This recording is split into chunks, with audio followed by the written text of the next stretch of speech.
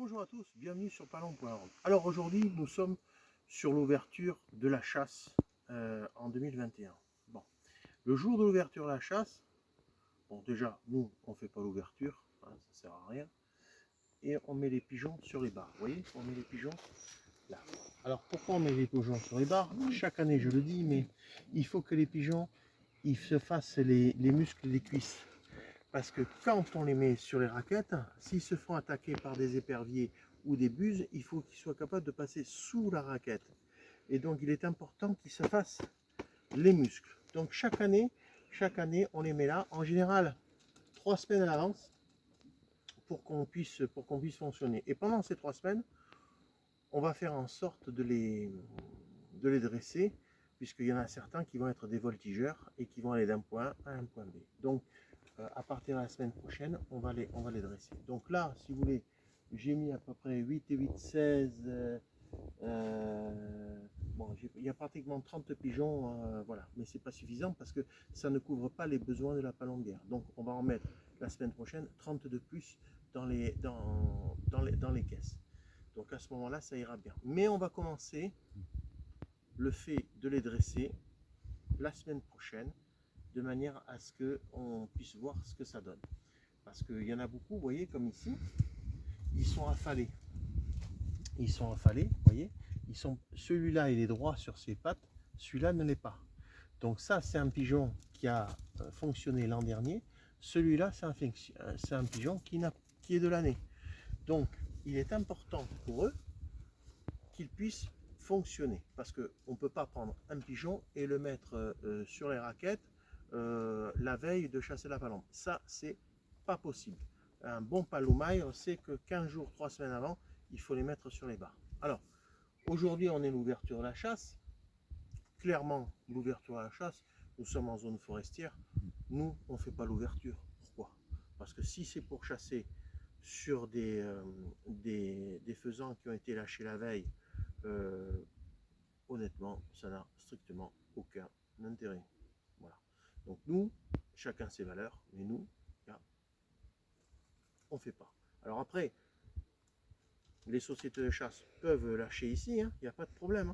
Nous, on ne les chassera pas. Donc ça veut dire que si les sociétés de chasse ne lâchent pas lâcher des faisans ici, ils viendraient manger sous les volières et tout ça, et on irait du sauvage.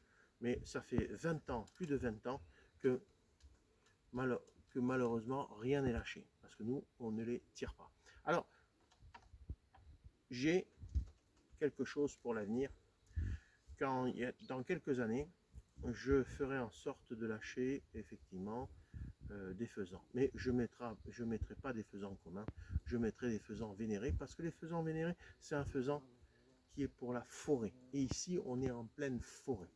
Donc quand malheureusement les sociétés de chasse du secteur lâchent du faisan, qu'est-ce qui se passe? Le renard, le blaireau, la martre, la fouine, la buse, ils bouffent tout. Donc aujourd'hui, si vous voulez, quand on lâche du faisan ici, ben malheureusement, ben, on sert de garde-manger pour les renards. Quand j'avais l'exploitation agricole sur le Néraquet, il y a 30 ans de cela, on lâchait les perdreaux et les faisans 15 jours avant. Pourquoi? Parce qu'au moins, ils arrivaient à connaître le secteur. Et donc, à partir de là, ils savaient où était la réserve. Il y avait des endroits où ils pouvaient bouffer et tout ça. Ici, malheureusement, on est dans un secteur où il n'y a que de la forêt. Il n'y a rien à bouffer. Donc, si on lâche du petit gibier, ben, malheureusement, ça ne sert à rien. C'est le renard que ça va engraisser. Donc, ça ne présente aucun intérêt. Voilà. Et c'est pour ça que le jour de l'ouverture, je mets les pigeons sur la barre, mais je ne prends pas le fusil pour aller faire le secteur. Et le jour de l'ouverture, ici, ce n'est pas les chasseurs qui vont promener le fusil, mais c'est plutôt le fusil qui promène le chasseur. Voilà. Donc, bon, chacun voit midi à sa porte, mais je pense qu'il y a des choses à faire pour le petit gibier. Mais ici, malheureusement, les efforts ne sont pas faits pour le petit gibier. Donc, on a ici de la migration et du grand gibier. Et la propriété, elle est faite pour le grand gibier. Mais dans quelques années, je me mettrai en charge, quand j'aurai un peu plus de temps, de faire en sorte que la propriété soit pour le petit gibier. Voilà. Mais ça, c'est un projet du futur et on n'en parle pas. Pour l'instant, nous sommes en pré-chasse, c'est-à-dire un mois avant que les palombes arrivent. Et l'objectif, c'est que les pigeons puissent se faire les cuisses et puissent être opérationnels, ne serait-ce que dans 15 jours. Parce que n'oublions pas une chose, le 28 ou le 29 septembre, c'est la Saint-Michel. Et les anciens disaient, à la Saint-Michel, tu montes les apéos, c'est-à-dire tu montes les apôts. Voilà. Et à chaque fois que j'ai monté les apôts à la Saint-Michel, j'ai toujours vu des palombes.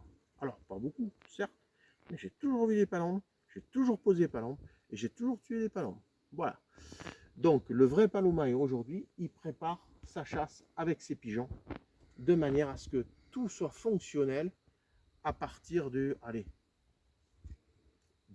10 octobre. Donc, dans 3 semaines, il ne faut pas oublier une chose, les palombes, elles sont là dans 3 semaines. Voilà.